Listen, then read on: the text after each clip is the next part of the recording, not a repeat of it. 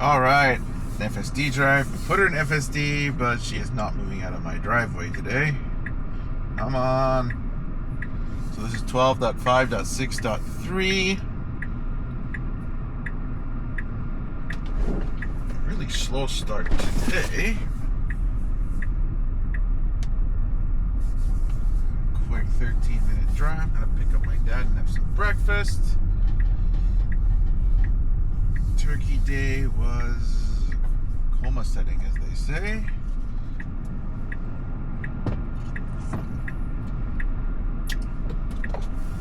I made a boo-boo and crashed my drone.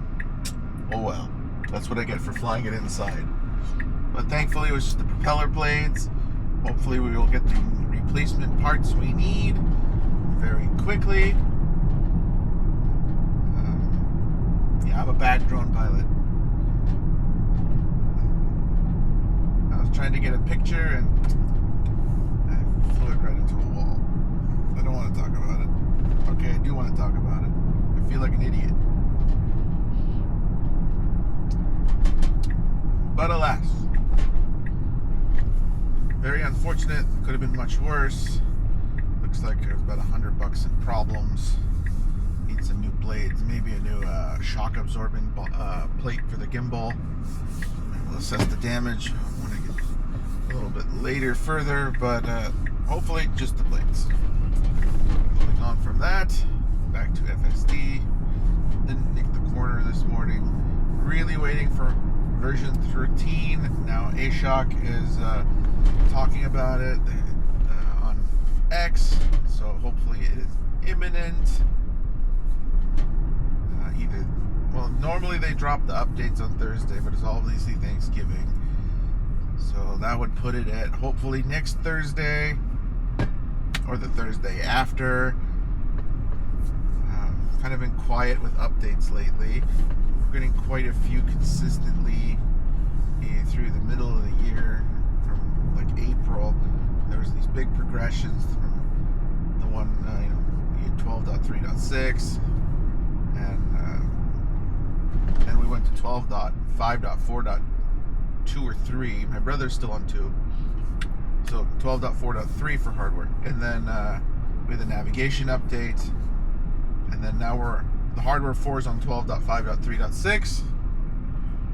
And we're just sitting there, which is not a problem. But this is the hardware 4, so they're doing the hard learning with Cortex down there in Austin, Texas. And that's that new amazing data center or AI training center that Tesla and Elon and those guys worked really hard to build. They built it incredibly fast. I mean, it looked like a parking lot / desert, and boom, like magic. I don't know how Elon does it, or the contractor Elon. The guy, whoever they are, kudos to the contractors, because they seem to work at lightning speed. They built that massive data center faster than any contractor around here builds anything.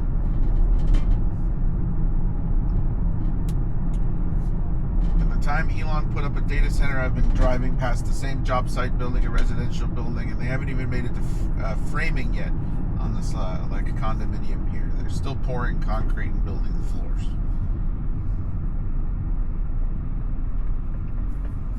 And then up ahead here, you got this big multi-story project happening.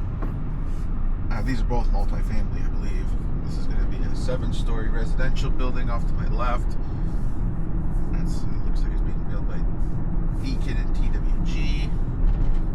And then up ahead, they turn the old GMC Buick dealer into what looks to be another gigantic mixed use. So 1 to 2 stories of commercial parking. And then probably looks to be 4-story, or on the edge there, 5-story. Yeah, typically they go up 5 stories because they don't have to build the concrete floors and the fireproof flooring on the stick built if you stick to 5 floors. Basically, this is you don't have to fireproof the living daylights out of the structure because it also has to do with what the fire department has. So when you're a high-rise building, that's what makes high-rises so expensive. And what, for example, New York City has these amazing trucks, these Mack super pumpers, to pump water during a fire. Google the YouTube video, amazing fire truck or fire pumper. It's just a giant semi-truck mounted water pump with, I believe, what was a locomotive engine inside. Anyway, cool history there. In these cases, when they do these mixed-use buildings, that typically up until recently they didn't do mixed use because they had to do everything in commercial code. And then there was a change, and then they can go up basically as high as you can send up a fire engine ladder.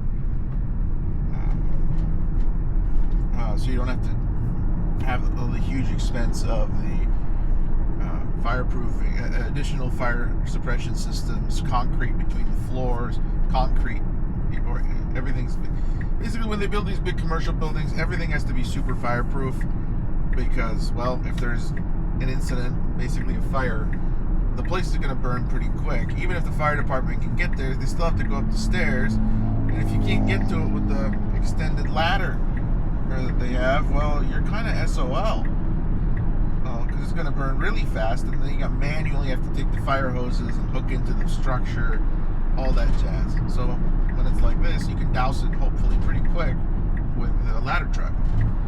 All right, we're on the freeway, we're in standard. It made it to the middle, and then we're staying out of left lane since we're not in hurry mode, which I like. I'm kind of really liking standard on the new profile because hurry still just, it gets into the left lane and just decides to chill out there. Even though the cars on the left lane want to do 70, 75, FSD wants to do 65.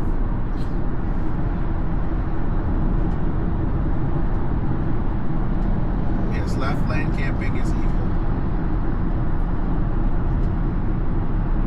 Anyway, I was watching a documentary on AT&T, or not AT&T, but this Stroger switches. So in 1888, this guy got really pissed off at his local AT&T, or just AT&T in general. He was having problems with his phone, and the technician came out, the manager of the local switch station or local AT&T came out to his business and said, no, it's your sign, it keeps hitting our wires and shorting your phone out. And he didn't take that as a, okay, no problem. He says, and then he was bothered by manual switching. He was blaming the switchboard operators for accidentally unplugging his phone calls and costing him business. So he set out in 1888 to build a automated phone switch with the quote, I want to put every last one of these operators out of business. Very cool. By 1891, he had come up with this Stroger switch. I'm mispronouncing his name, but amazing device. It's a mechanical marvel of relays and rotary dials, and he had figured out how to make a phone switch. And he had 75 people hooked up to his phone switch, and he progressed through history. He did not die a rich man, but his patents eventually were sold for millions of dollars, and probably Western Electric bought it. I want to dig deeper into this thing, but freaking amazing how the modern phone, or at least mechanical phone switch, worked back then. Now it's all modern solid state switching, and heck, your copper lines, if you still have a landline phone, do not go to the central office for the most part. There is a little mini switch station, usually if you still have copper, out in the street somewhere, and there's actually fiber coming to a box where the copper is aggregated locally, and then they have an injector.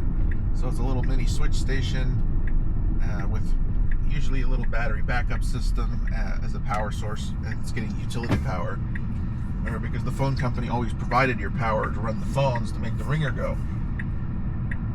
Anyway, yeah, so the tentacles of the modern plant of like a phone system is primarily fiber now.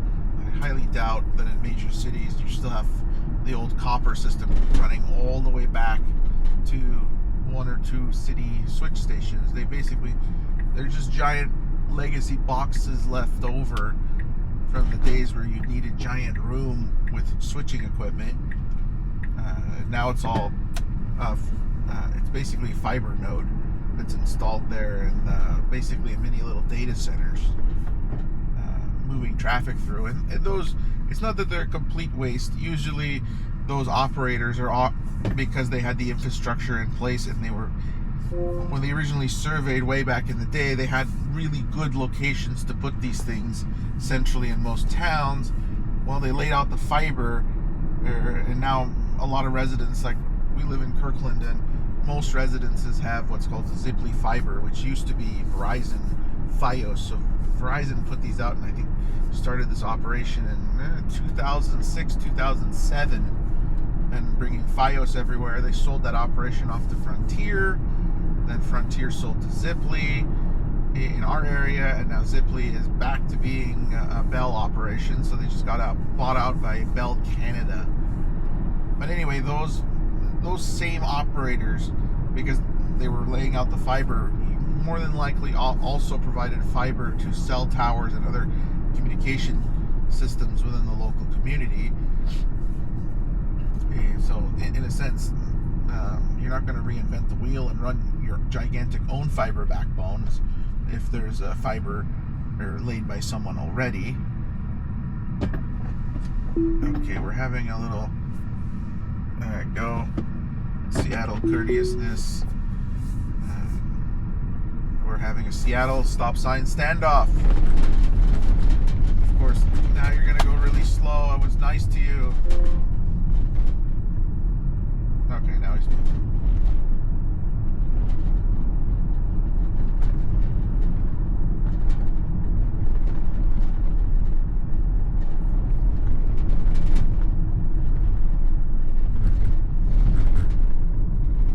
That was funny.